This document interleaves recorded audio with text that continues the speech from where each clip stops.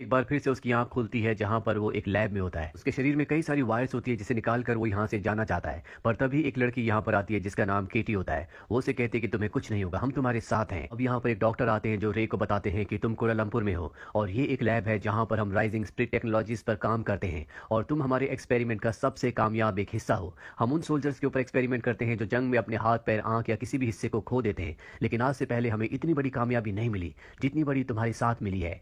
रे को कुछ भी समझ नहीं आता, इसीलिए वो उसे लैब के दूसरे हिस्से में ले जाते हैं जहां पर जिमी नाम का एक सोल्जर रनिंग कर रहा होता है। डॉक्टर उसे बताते हैं कि जंग में उसने अपने दोनों पैर खो दिए थे, लेकिन मैंने इसी टेक्नोलॉजी से उसे पूरी तरह से ठीक कर दिया। यहाँ एक और सोल्जर होता है जिसकी आंखें खराब हो गई थी और उसको भी डॉक्टर ने अपनी टेक्नोलॉजी से ठीक कर दिया था। और केटी जिससे रे सबसे पहले मिला था, एक बार वो पानी में डूब गई थी और उसकी गले की सांस लेने की सारी नलियां खराब हो गई। इसीलिए मैंने उसके लिए एक डिवाइस बनाया जिससे अब वो सांस ले सकती है। वो किसी भी धुएं में और किसी भी ऐसी जगह जा सकती है जहां पर आम इंसान सांस नहीं ले सकते। रे कहता है कि इन सब से मेरा क्या लेना देना, और तभी डॉक्टर उसके हाथ पर एक कट लगाते हैं। उसका खून बहना शुरू हो जाता है। अगले पल उसका जख्म ठीक होना शुरू हो जाता है और हमें दिखाया जाता है कि रे की बॉडी में उसके ब्लड के साथ बायोमैकेनिकल ट्रांसमीटर्स अपने आप ही फ्लो करते हैं, जिस वजह से उसके शरीर का कोई भी हिस्सा अगर जख्मी होगा तो बायोमैकेनिकल ट्रांसमीटर्स उसे अपने आप ही रिपेयर कर देंगे। रे कहता है कि मुझे कुछ भी याद नहीं आ रहा। डॉक्टर उसे बताते हैं कि तुम्हारी मौत हो चुकी थी, इसके बाद हमने आर्मी से तुम्हें ले लिया, तुम्हारे ऊपर एक्सपेरिमेंट्स किए और तुम्हें एक बार फिर से जिंदा कर दिया, यानी कि तुम अब हमारे हो। अति डॉक्टर उसे अपना हाथ भी दिखाता और बताता है कि बचपन में बीमारी की वजह से इसे काट दिया गया था,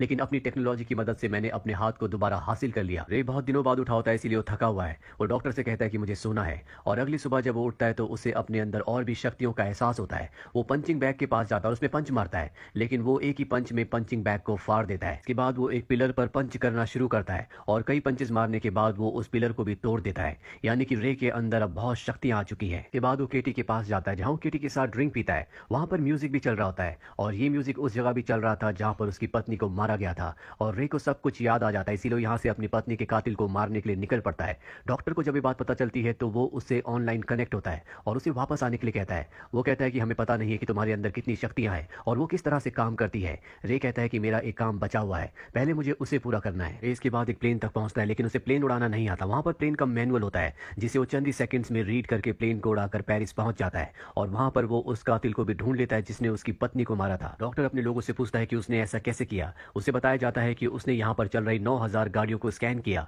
जिसके बाद उसे पता चल गया कि इनमें से उस कातिल की गाड़ी कौन सी है, और ये जानकर डॉक्टर हैरान हो जाता है। और अब रे की पत्नी का कातिल एक्स एक टनल के अंदर पहुंच जाता है, लेकिन वहां रे भी पहुंच जाता है और सबसे पहले एक्स के सभी लोगों को मार देता है, और इसके बाद एक्स तक पहुंच जाता है और कहता है कि मैंने तुझे कहा था मुझे जान से मार देना, अगर मैं बच गया तो मैं तुझे नहीं छोड़ूंगा। और इसके बाद वो एक्स को मारकर अपनी पत्नी की मौत का बदला ले लेता है। इसके बाद यहाँ पर केटी और दो और उसके साथी आ जाते हैं जिनके ऊपर इसी तरह के एक्सपेरिमेंट किए गए थे, और वो रे से कहते हैं कि हमें यहाँ के सारे सबूत मिटाने होंगे, नहीं तो गवर्नमेंट को इसके बारे में पता चल जाएगा। रे बहुत थका हुआ महसूस कर रहा होता है। केटी उसे बताती है कि तुम्हारे ट्रांसमीटर्स चेंज करने का वक्त आ गया है क्योंकि तुमने उनकी एनर्जी को यूज कर लिया है। के बाद उसे लैब में लाकर उसकी टेक्नोलॉजी को, उसके ट्रांसमीटर्स को चेंज किया जाता है, और तभी उसके सामने उसका साथी जिमी आता है और उसे कहता है कि इन सब के पीछे मैं था, मैंने ये पूरी की पूरी प्लानिंग की थी, मुझे तुम्हें सताने में, परेशान करने में बहुत मजा आता है। और यहाँ पर हमें पता चलता है कि रे के दिमाग में बार बार नई यादें डाली जाती है जो कि उसके लिए एक मिशन होता है, और अपने मिशन, अपनी यादों के मुताबिक वो अलग अलग लोगों को मारता है। और अभी जो उसने अपना आखिरी मिशन पूरा किया है जिसमें उसने अपनी पत्नी के कातिल एक्स को मारा था, वो मिशन भी उसके दिमाग में डाला गया था।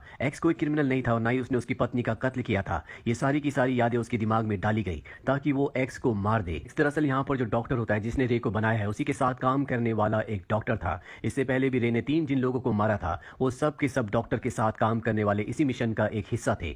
दरअसल डॉक्टर नहीं चाहता कि इस टेक्नोलॉजी के बारे में किसी को भी पता चले। वो गवर्नमेंट को इस टेक्नोलॉजी को नहीं देना चाहता क्योंकि वो इस टेक्नोलॉजी को रे को निजी तौर पर इस्तेमाल करना चाहता है। और अब उसके दिमाग में एक और मिशन डाला जाता है जो कि निक को मारने का होता है, जो खुद एक डॉक्टर है और वो भी डॉक्टर के साथ इसी प्रोजेक्ट में शामिल था। इसलिए रे उसे मारने के लिए पहुंच जाता है। निक को पता चल जाता है। उसके साथ उसका एक प्रोग्रामर भी होता है जिसका नाम विगन्स होता है। वो विगन्स को कहता है कि तुम यहाँ से चले जाओ। विगन्स को वहां से जाना पड़ता है और अब रे उस तक पहुंच जाता है, और इससे पहले कि रे उसे मारता, रिमोट का बटन दबाकर ईएमपी बॉम्ब को ब्लास्ट कर देता है जिससे पूरे शहर की इलेक्ट्रिसिटी चली जाती है, और जिस टेक्नोलॉजी से, जिस सर्वर से रे जुड़ा हुआ होता है वो भी ऑफ हो जाता है। इसलिए डॉक्टर की रेंज से रे बाहर निकल जाता है, ना ही वो उसको अब कंट्रोल कर सकता है। इस बात से डॉक्टर बहुत परेशान होता है। रे को जब होश आता है तो उसके सामने विगन्स होता है, वही प्रोग्रामर जो कभी निक के लिए काम किया करता था। हालांकि निक की मृत्यु हो चुकी है। अब रे विगन्स के पास है। विगन्स उसे बताता है कि तुम्हारा डॉक्टर तुम्हें अपने फायदे के लिए इस्तेमाल करता है। जब भी किसी मिशन को पूरा करते हो इसके बाद तुम्हारे दिमाग की सारी मेमोरीज को डिलीट करके उसमें नई मेमोरीज को डाला जाता है, इसीलिए तुम अलग अलग लोगों को अलग अलग मिशन के तहत मारते हो। उसके बाद रे को भी अपनी कुछ पुरानी यादें आती हैं। उसे याद आता है कि उसने बार बार अपनी पत्नी के अलग अलग कातिल को मारा था,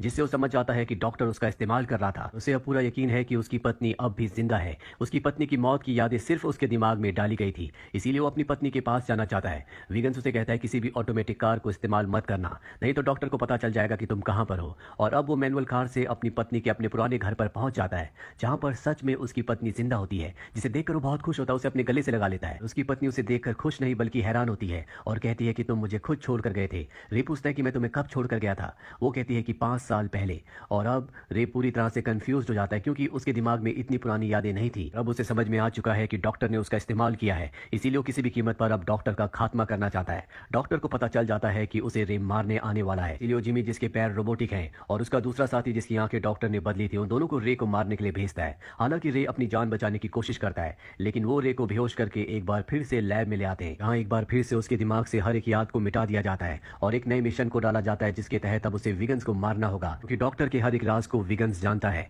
पर केटी इसके खिलाफ होती है, क्योंकि केटी, जिमी और इनका जो दूसरा साथी होता है वो इस मिशन में खुद अपनी मर्जी से आए थे, लेकिन रे ने ऐसा नहीं किया था। रे को जबरदस्ती इस मिशन में लाया गया था, इसीलिए वो विगन से मिलती है और उसके साथ तय करती है कि वो डॉक्टर को और उसकी पूरी कंपनी को हमेशा के लिए खत्म कर देगी। अब वो किसी भी धुएं में सांस ले सकती है, इसलिए केटी अपने साथ स्मोक बॉम्ब डॉक्टर के सर्वर तक ले जाती है और वहां पर आग लगा देती है, जिससे उसका पूरा का पूरा डेटा हमेशा के लिए खत्म हो जाता है। वही हमें रे को दिखाया जाता है, जिसके पास जिमी और उसका साथी पहुंच जाते हैं और इन तीनों के बीच में एक भयानक लड़ाई होती है। रे इन दोनों के ऊपर हावी होता है क्योंकि उसके अंदर ज्यादा शक्तियां हैं और एक एक करके इन दोनों को खत्म कर देता है। और इसके बाद वो पहुंच जाता है डॉक्टर के पास। डॉक्टर उसके सामने होता है, उसके पास गन होती है, इससे वो रे को कई सारी गोलियां मारता है, लेकिन रे के अंदर उसकी बॉडी में ऐसी प्रोग्रामिंग है जिससे उसकी बॉडी अपने आप ही हील हो जाती है। पर हील होने के साथ उसकी शक्तियां भी कम होने लगती है। वो डॉक्टर तक पहुंच जाता है और तभी वीगन्स को ये बात पता चल जाती है। वो रे को कहता है कि तुम्हें वापस आना होगा, तुम्हें लौटना होगा, तुम रुक जाओ, नहीं तो तुम्हारी सारी पावर्स हमेशा के लिए खत्म हो जाएगी, तुम मारे जाओगे। पर रे उसकी बात नहीं सुनता। डॉक्टर के बॉम्ब से डॉक्टर और अपने आप को ब्लास्ट कर देता है, जिससे इन दोनों की मृत्यु हो जाती है। साथ ही डॉक्टर की कंपनी भी पूरी तरह से अब तबाह हो चुकी है। वहीं कुछ दिनों बाद दिखाया जाता है कि रे एक बार फिर से जिंदा हो जाता है। उसके सामने वेगन्स होता है। दरअसल उसने टेक्नोलॉजी को और भी इंप्रूव करके एक बार फिर से रे को जिंदा कर दिया है। साथ ही उसके बायोमैकेनिकल ट्रांसमीटर्स को जो उसकी बॉडी में ब्लड के साथ फ्लो करते हैं उन्हें और भी एडवांस बना दिया है, जिससे बार बार उसे अब चार्ज होने की जरूरत नहीं है। इसके बाद रे केटी के पास जाता है और ये दोनों एक नई जिंदगी की शुरुआत के लिए निकल पड़ते हैं, क्योंकि इन दोनों का इस दुनिया में अब कोई भी नहीं है। ये दोनों अकेले हैं और साथ ही ये एक टेक्नोलॉजी है जिनके अंदर बहुत शक्तियां हैं और ये अपनी शक्तियों का अब अच्छे कामों के लिए इस्तेमाल करना चाहते हैं। तो ये थी पूरी कहानी फिल्म ब्लडशॉट की। उम्मीद करते हैं कि ये कहानी आपको पसंद